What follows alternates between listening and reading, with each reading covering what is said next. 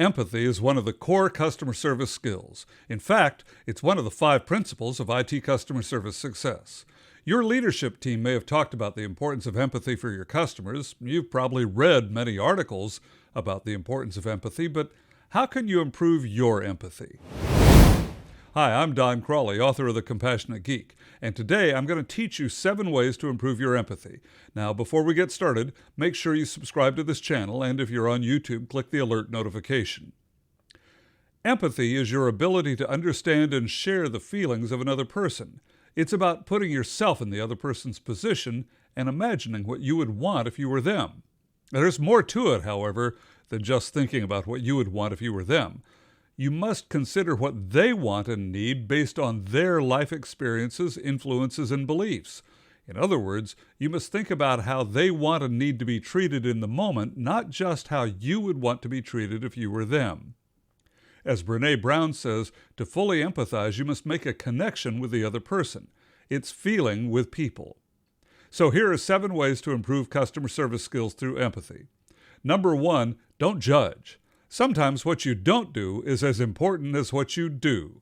There's certainly a time and place for judging, but it's not when you want to show empathy to another person. Their experience and their feelings about it are not something for you to judge. Accept that the other person has had different experiences from you and has different feelings from you. Your role in empathizing is not to evaluate their feelings. Your role is to accept the way the other person feels and to validate their feelings, even if you disagree with them. Number 2, just listen. Listen to the other person with the goal of understanding them. Again, you don't have to agree with them, you simply listen. If you speak at all, it's to acknowledge what they're saying, and you might ask questions to gain clarity on what happened or how they're feeling. If you choose to ask questions, do so as a student, not as a prosecutor. Number 3, imagine their perspective. Often in teaching empathy, we talk about the importance of putting yourself in the other person's position. That recalls the golden rule, do unto others as you would have them do unto you. A better way to look at this is using the platinum rule, do unto others as they would have you do unto them. In other words, the other person may not want the same thing as you. Think, for example, about a technical support session. You might prefer the support technician to just get to work to solve the problem. You might not want any small talk. Someone else, however, might want a more personal touch, including a little chit-chat. To be fully empathetic, imagine the other person's perspective, and you can do that by mirroring their actions. If they initiate small talk, be prepared to respond accordingly. That's a great example of customer service skills in action. Number 4, remember your experiences. While being fully empathetic involves imagining the other person's perspective, you must still recall your own experiences. Think of the times when you were frustrated, nervous, or scared. Recall how you felt at those times. Think about what helped you return to a more normal feeling. Think also about what wouldn't have helped.